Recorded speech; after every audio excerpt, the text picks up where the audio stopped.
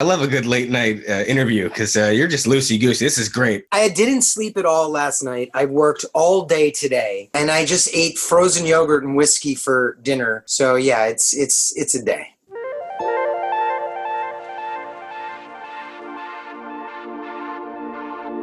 Welcome to Dadding While Being a TV Star.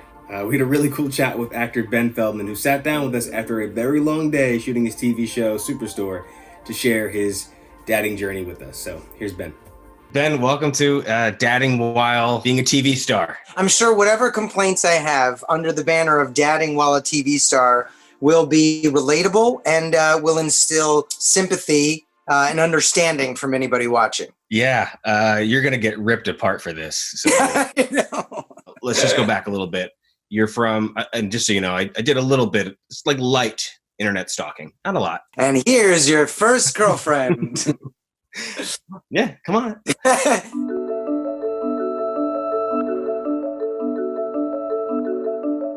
Interesting fact about that school. Darren Star went to that school, and he's the guy who created 90210. And it was originally going to be like Potomac 20854. And basically, the studios were like, nobody is going to give a shit about that. Move it to somewhere interesting. But that show was inspired, is my high school. It's not something to brag about. It's embarrassing, but it's a neat fact. When did you actually get into acting? Like what? Churchill. I did it. I mean, I did it when I was a little kid, but like everybody did it when they were little kids. And then I studied it in college.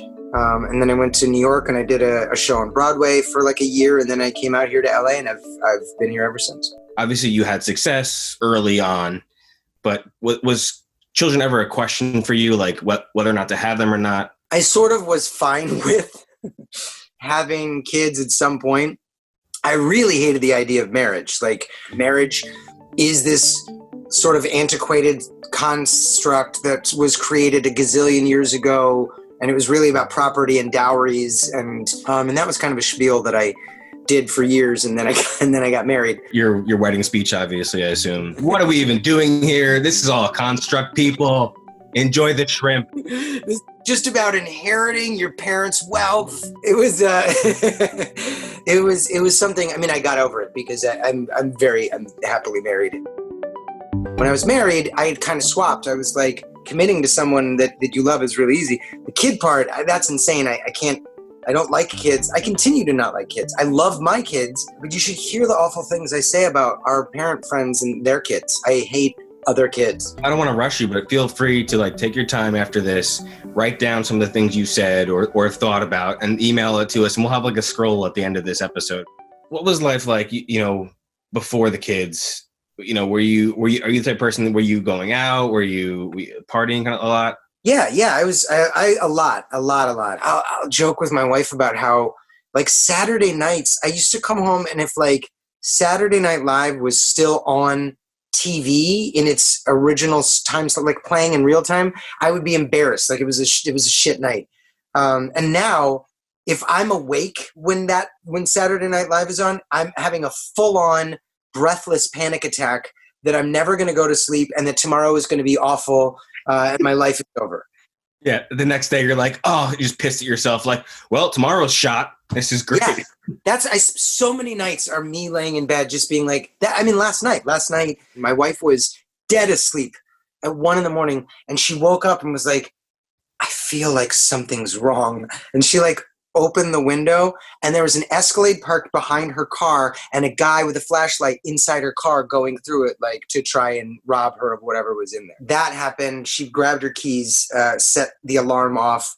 The guy ran back into his car and drove away.